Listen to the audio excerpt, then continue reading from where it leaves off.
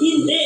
Group points accumulation, di ba? O 45,000, o di star agent ka na, ikaw ay tatawagin, star agent, good news. Pwede ka nang kumita dyan ng mas malaki. Ngayon, 100% lifetime points accumulation. Halimbawa, January naka 10,000 ka, February naka 15,000, March naka 20,000 ka.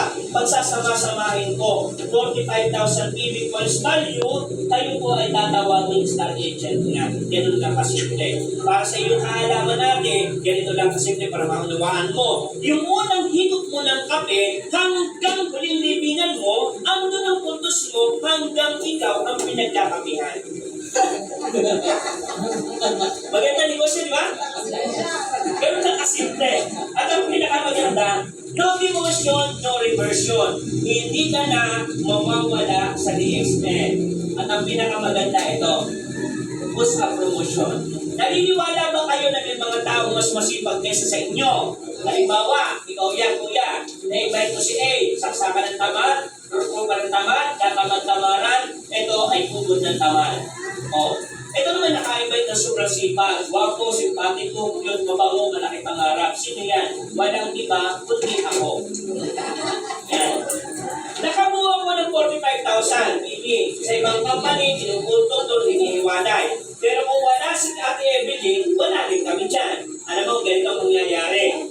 Dahil ako nag-star agent, di ba nakabuha ng 45,000? Ganito ang mangyayari. Di ba itong lima na to, wala naman ginawa. Ganito ang mangyayari. Lahat ng dadaanan ko star agent, pati si Ate Evelyn star agent. Kaya lang ito lagi.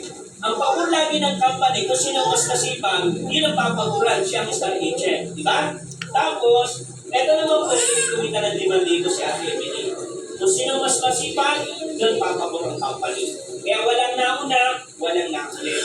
Kagaya nyo, halimbawa, ang apply mo ay si Douglas, siya ay senior diamond, ikaw ay nag-diamond. Kung mas malaki naman ang production mo, mas malaki ang kita mo kaysa sa kanya.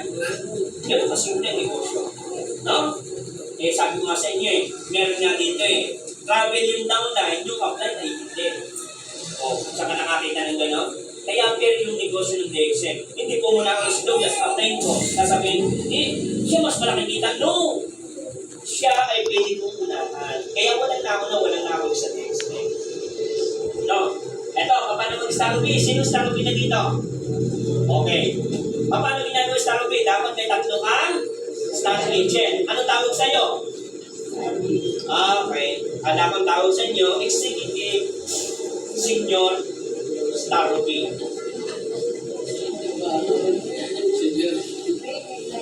No? Okay.